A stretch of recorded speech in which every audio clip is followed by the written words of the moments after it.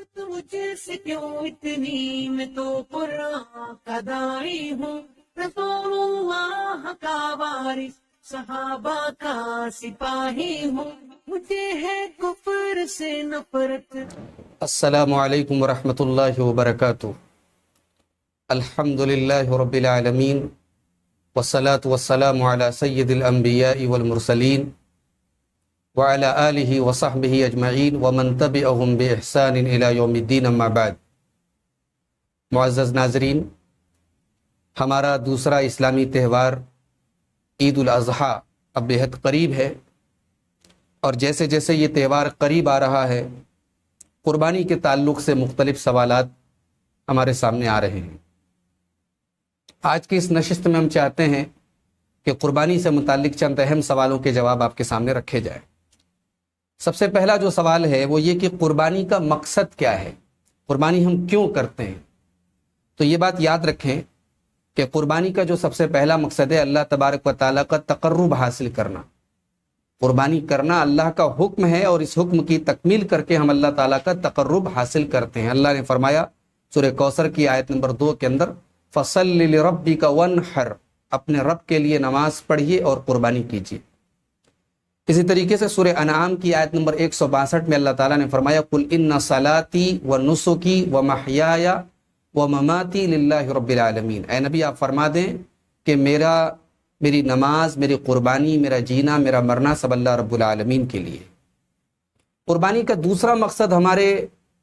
جد امجد، ہمارے نبی صلی اللہ علیہ وسلم کے جد امجد سیدنا ابراہیم علیہ السلام کی قربانی کی یادگار ہے، اس کو زندہ کرنا ہے۔ اللہ نے فرمایا سورہ صافات کی آیت نمبر 106 اور 107 میں کہ وَفَدَيْنَاهُ بِذِبْحٍ عَظِيمٍ وَتَرَكْنَا عَلَيْهِ فِي الْآخِرِينَ،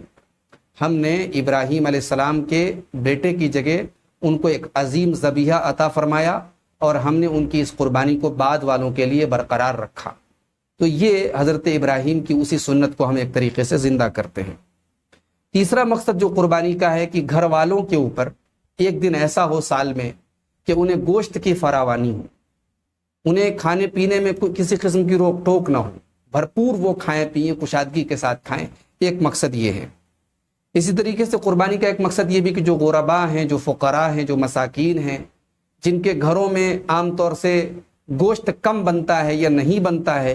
تو یہ تہوار ایک ایسا ہے کہ گوشت کی شکل میں ایک بہترین خوراک ان کے گھروں میں پہنچ جائے، اور ان غرباء اور فقراء کے گھر میں ان کے بچے بھی آرام سے اور چین سے کھائیں پئیں۔ تو سال کے یہ چند ایام ہوتے ہیں خوشی کے تہوار کے، جو بقرعید کا دن ہے اور اس کے بعد جو 3 دن ہیں، تو یہ سارے کے سارے غرباء اور مساکین کے لیے بھی بڑی خوشی کے دن ہوتے ہیں۔